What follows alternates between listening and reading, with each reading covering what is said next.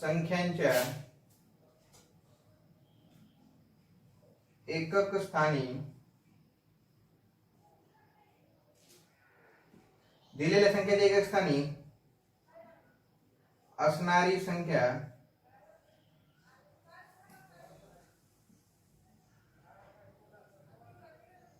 तिची दुप्पट करून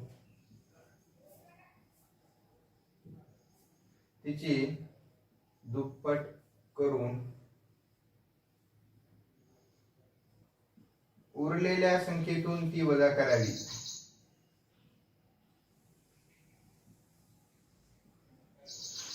उरलेल्या संख्येतून ती वजा करावी.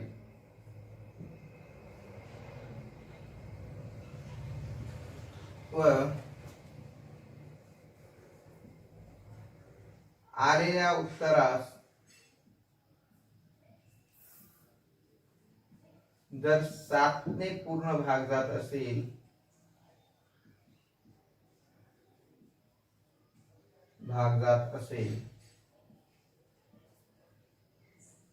तर त्या संख्येस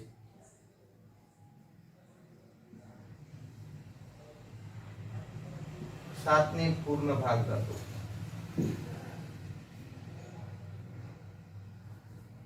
ओके. बघा, वजा केल्याच्या नंतरही पुन्हा एक महत्वाचा नियम आहे त्या ठिकाणी. वजा केल्यानंतर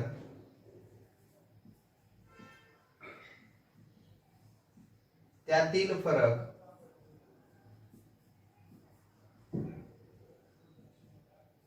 शून्य किंवा 7च्या पटीत असावा, म्हणजे त्या संख्येला भाग जाईल. ओके. असा. आता या ठिकाणी तुम्हाला जी दिलेली माहिती आहे ती काय सांगते की दिलेली जी संख्या आहे ती कशी असावी. 7च्या एकक स्थानची जी संख्या आहे त्या एकक स्थानच्या संख्येला आपण दुप्पट करायचं आहे अगोदर, फक्त एकाच अंकाला. त्या अंकाला ज्यावेळेस आपण दुप्पट करू तो अंक उरलेल्या अंकातून काय करायचा आहे, वजा करायचा आहे.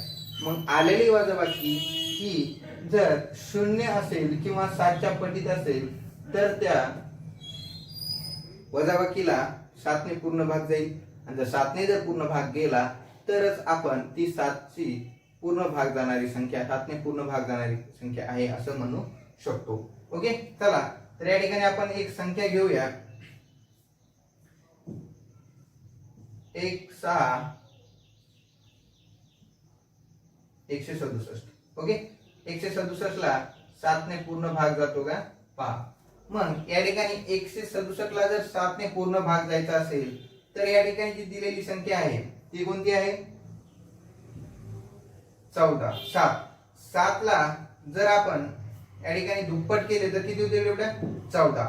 म्हणजे या 16 ला 14 मधून जर वजा केले तर किती राहतात, 2.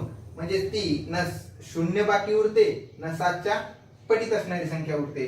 म्हणून आपण या ठिकाणी ही संख्या घेऊ शकत नाही. ओके. आता 7 ने पूर्ण भाग जाणारी संख्या अशी जर घेतली आपण तर या ठिकाणी 7 7 7 ही आपल्याला माहित असणारी संख्या आहे. ही डायरेक्टली घेऊन पाहूया, आपल्या नियमानुसार बसती का ती पाहूया. या ठिकाणी 7 आहे, त्या ठिकाणी 7 आहे, त्या ठिकाणी 7. ओके. मग या एकक स्थानी अंकाला काय करूया आपण, त्याची दुप्पट करूया. किती होते, 7 दोन्ही 14. आता त्या 7 दोन्ही 14 ला केलेली जी दुप्पट संख्या आहे ती काय सांगतात, दुप्पट करून उरलेल्या संख्येतून. मग उरलेली संख्या कोणती आहे, 77. या 77 मधून ती काय करा, वजा करून घ्या. ओके. वजा जर केली आपण ती तर उत्तर काय येणार आहे आपलं, 7 मधून 4 गेले किती राहतात, 3. या ठिकाणी आपण 7 मधून 1 गेला किती राहील, 6. म्हणजे या ठिकाणी आपण 7 9 63 या संख्येला एक तर 7 ने पूर्ण भाग देतो किंवा ते संख्येचं उत्तर फरक 0 असला पाहिजे किंवा 7च्या पटीत असले पाहिजे. म्हणजे ती संख्या 7च्या पटीत आहे, म्हणजे आपण या 7 ने या पूर्ण संख्येला पूर्ण भाग देऊ शकतो असं या ठिकाणी म्हणू शकतो. आता या ठिकाणी 4 अंकी जर संख्या आपल्याला एखादी घ्यायची असेल तर शक्यतो तो तुम्ही मनाने घेण्याचा प्रयत्न करत जा. बघा या ठिकाणी 1 6 14 1 7. ओके, एवढी संख्या घेऊया. म्हणजेच या ठिकाणी बघा दिलेली 4 अंकी संख्या आहे 1 16 1 6 1 7. आता या 7 ची आपल्याला दुप्पट करायची आहे. किती होतील रे बेटा? 14 होतील. किती होतील? 14. आता या ठिकाणी 161 राहिलेली संख्या आहे. उरलेली संख्या किती आहे? 161. त्यातून वजा करायची आपल्याला 14. त्यातून वजा किती करायची? 14. 14 वजा जर केली आपण, हे वजाचं चिन्ह आहे मित्रांनो. 161 मधून 14 जर वजा केले तर किती उरतील रे बेटा? बघा 161 - 14 उभी करून घ्या. या ठिकाणी कॅरी घ्यावा लागेल. या ठिकाणी 11 मधून 4 गेले. किती राहतील रे बेटा? 11 मधून 4 गेले 7 राहतील. किती? 7. या ठिकाणी किती होतील? 5. 5 मधून 4 गेले, 1 गेला 4. या ठिकाणी किती राहील? 1. म्हणजे 147 ला जर आपण 7 ने म्हणजे त्या पटीमध्ये असणारे म्हणजे 7 ने पूर्ण भाग गेला तर असं म्हणू की या 4 अंकी संख्येला आपण पूर्ण भाग देऊ शकतो. बघा या ठिकाणी 147/7. 7 2 14, 7 1 7 म्हणजे आपण पूर्ण भाग देऊ शकतो. म्हणजे याही संख्येला पूर्ण भाग देऊ शकतो. त्यांचा जो दिलेले जे नियम आहे किंवा कसोटी आहे ती सविस्तर पाठांतर करा. त्यावर आधारित मग तुम्हाला ज्यावेळेस एक्झाम्पल येईल त्या पद्धतीचं त्यावेळेस फक्त एकक स्थानची दुप्पट करा आणि त्यातून ती उरलेल्या संख्येतून वजा करून घ्या. ओके, चला तर 8 ची कसोटी पाहूया. 8 ची कसोटी व 4 ची कसोटी जवळपास मिळती जुळतीच आहे. तुम्हाला जर 4 ची कसोटी समजली असेल तर 8 ची कसोटी समजायला जास्त वेळ लागणार नाही. 8 ची कसोटी सांगते दिलेली संख्या 3 एकक, दशक व शतक स्थानच्या अंकापासून जी संख्या तयार होते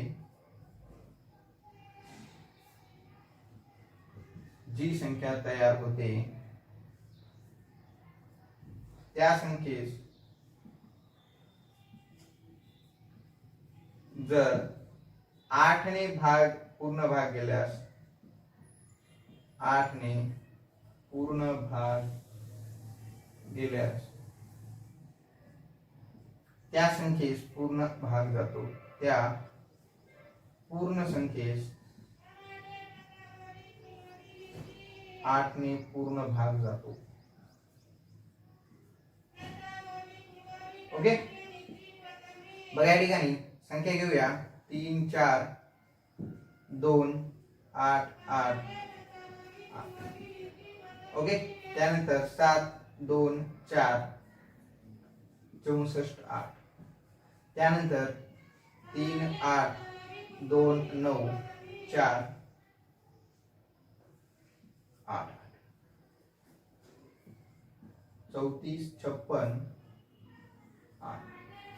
आता या ठिकाणी दिलेल्या ज्या संख्या आहेत त्या संख्यांचे एकक स्थान, दशक स्थान व शतक स्थान हे पाहायचं आपल्याला. ओके, मग या ठिकाणी मी ही संख्या घेतलेली आहे. ही समजण्यासाठी घेतली तुम्हाला की हे एकक स्थान, दशक स्थान आणि शतक स्थानच्या संख्येला 8 1 8 8 1 8 8 1 8 म्हणजे 8 ने पूर्ण भाग गेला.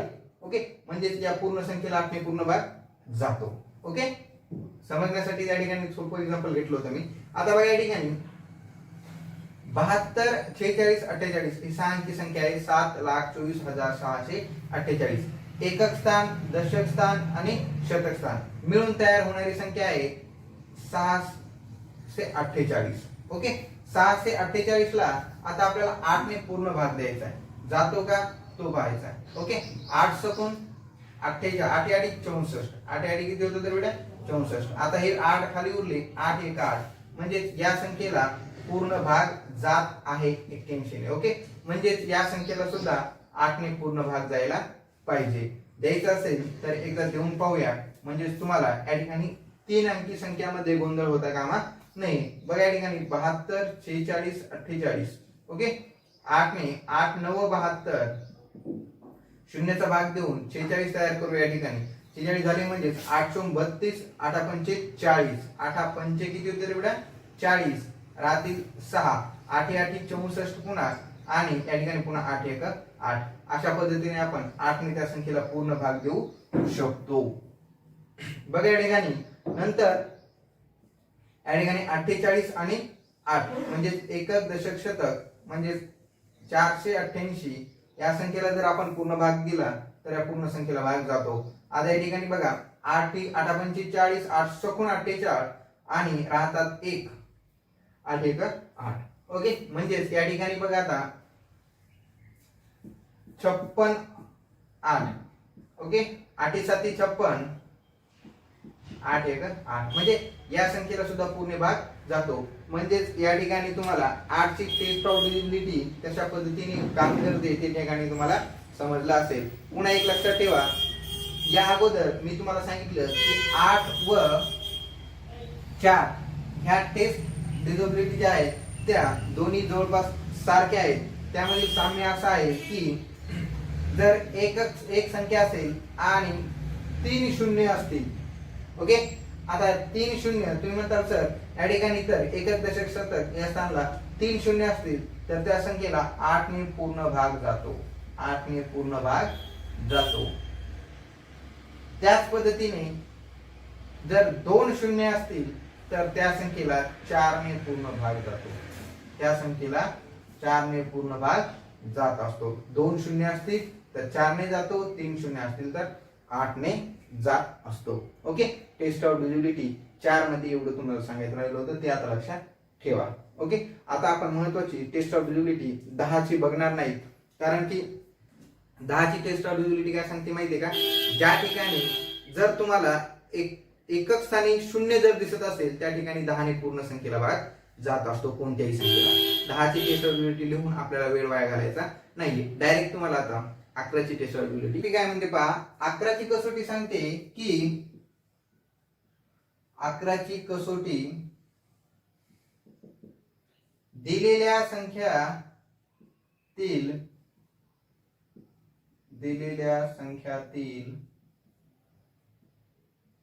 दिलेल्या संख्यातील समस्थान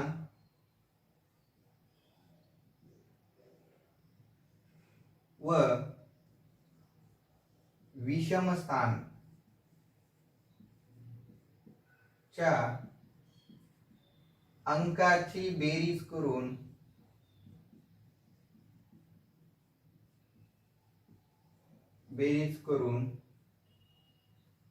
त्या बेरजेतील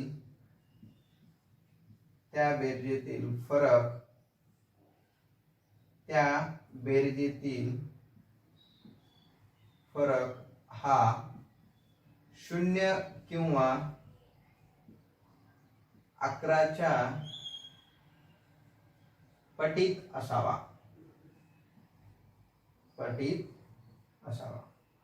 बघा या ठिकाणी 11 ची कसोटी सांगते तुम्हाला की दिलेली जी संख्या आहे त्या संख्येचे जे स्थान आहेत समस्थान आणि विषमस्थान. आता तुम्हाला हे समस्थान आणि विषमस्थान हे पहिल्या वेळेसच होत असेल बऱ्याचशा विद्यार्थ्यांना. ओके, मग त्यांचे place, odd place and even place, या ठिकाणी आपल्याला त्या 2 प्लेस बघायच्या आहेत आणि त्या 2 प्लेसच्या अंक जे आहेत त्यांची अगोदर काय करायची, बेरीज करायची. 11 ची कसोटी थोडीशी कशी आहे, तुम्हाला इतर कसोटीपेक्षा थोडी वेगळी आहे. ओके, मग ही कसोटी तुम्हाला पाठांतर व्हायला थोडी अवघड जाते, परंतु पाठांतर केल्यास अवघड काय नाहीये. या ठिकाणी समस्थान समजून घ्यायचंय आणि विषमस्थान समजून घ्यायचंय. समस्थान आणि विषमस्थान हे जर 2 स्थान तुम्हाला समजले, बघा विषम आणि सम हे 2 स्थान जर तुम्हाला समजले तर 11 ची कसोटी समजायला अवघड नाही. त्यातील फरक आपण नेहमी प्रत्येकाचाच काढतोय. फरक त्याचा 7 च्या कसोटीमध्ये पाहिला आपण, त्यानंतर इतर कसोटीमध्ये असतो की फरक हा 0 किंवा 11 च्या पटीत असायला पाहिजे. मग एक आपण या ठिकाणी संख्या घेऊया, त्यावर आपल्याला उदाहरणावरून लवकरात लवकर ही कसोटी कशी आहे ती समजेल. या ठिकाणी बघा 1474, ओके, किंवा 1353, 19 21.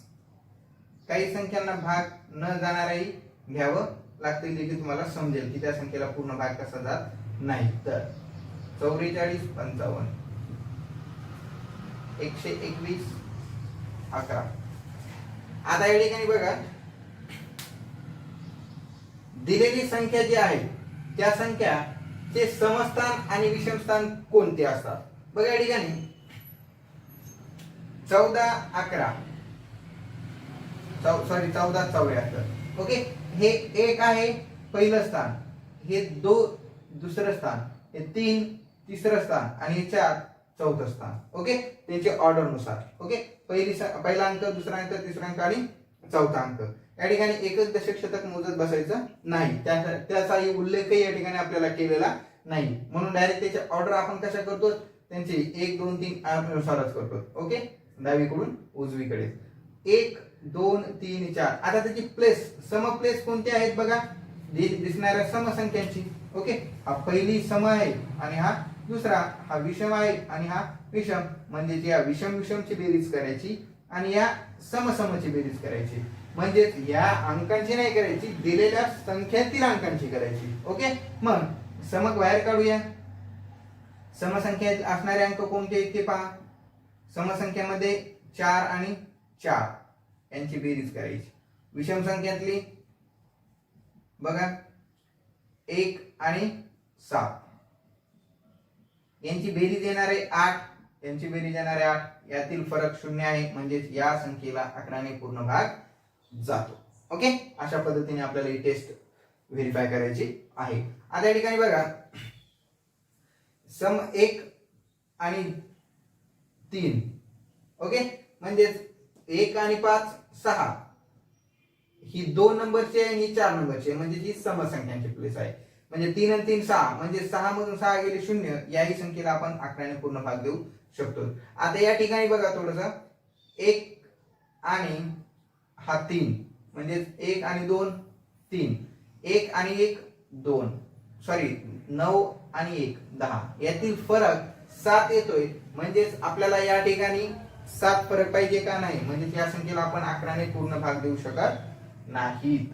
ओके, या ठिकाणी बघा 1 आणि 2, 3 आणि 2 5 आणि 8 आणि 4 12, यातील फरक किती येतोय 7, म्हणजे या संख्येला सुद्धा आपण पूर्ण भाग देऊ शकत नाही. या ठिकाणी बघा 4 आणि 5 9, या ठिकाणी 4 आणि 5 9, 0 फरक येतोय, म्हणजे या संख्येला पूर्ण भाग जातो.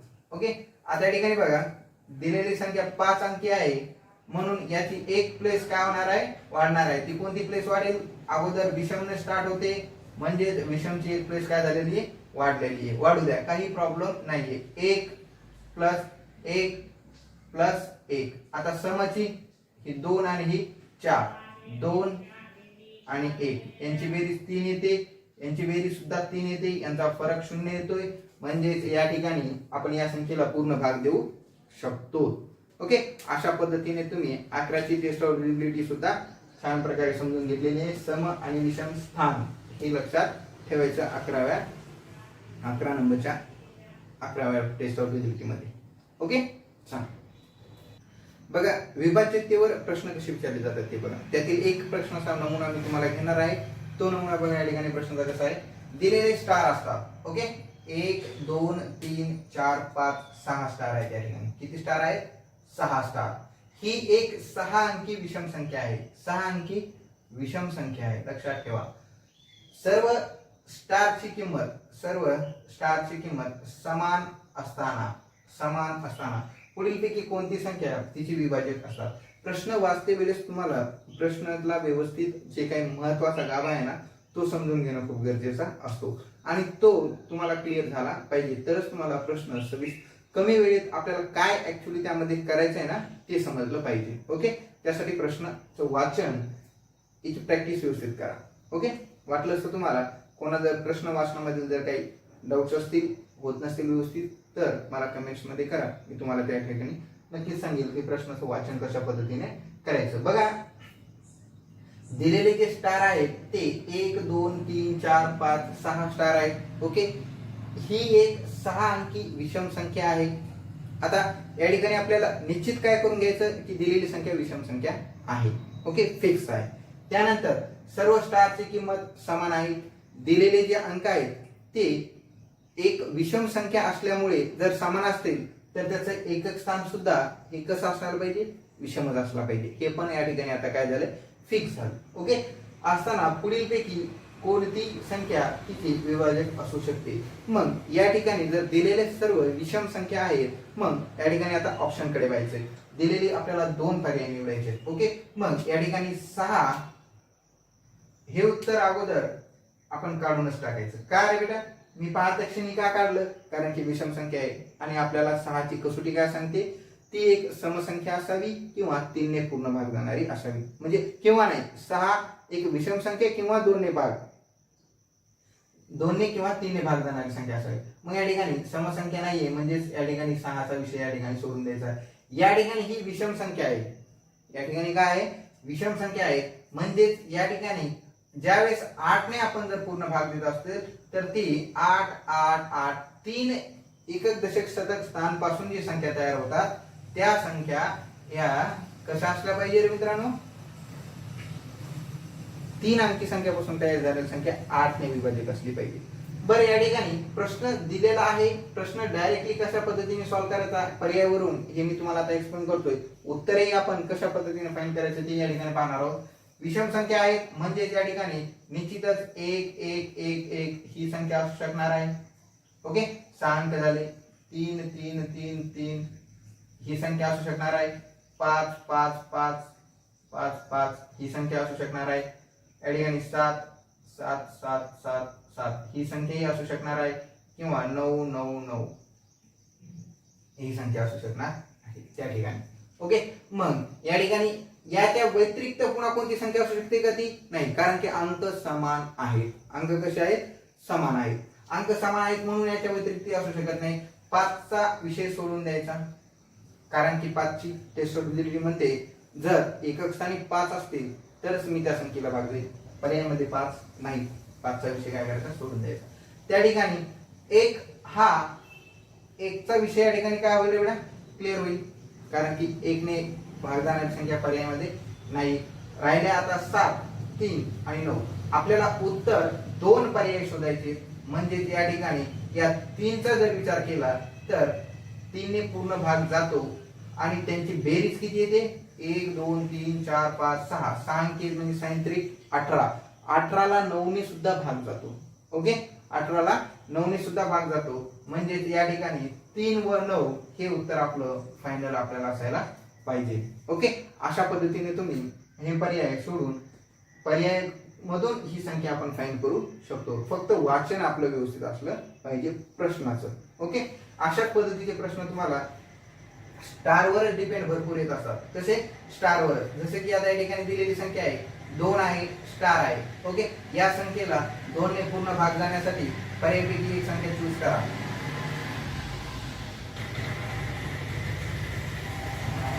पर्यायपैकी एक संख्या चूज करा, त्या संख्येला 2 ने पूर्ण भाग जाण्यासाठी. तर स्टार ठिकाणी कोणती संख्या येईल, अरे मग 2 ने भाग द्यायचा आहे तर 2 ची टेस्ट सांगते ती समसंख्या असायला पाहिजे. 5 घेतले, 7 घेतले, 9 घेतले, ती विषम संख्या होणार आहे. 2 घेतले तरच ती समसंख्या होणार आहे. अशा पद्धतीने तुम्ही ओरली प्रश्न त्यांच्या टेस्ट ऑफ विजिबिलिटी वरून सॉल्व्ह करू शकता, कितीही अवघड जरी स्टारचा प्रश्न असला तरी. बघा या ठिकाणी 3 स्टार 9 3 या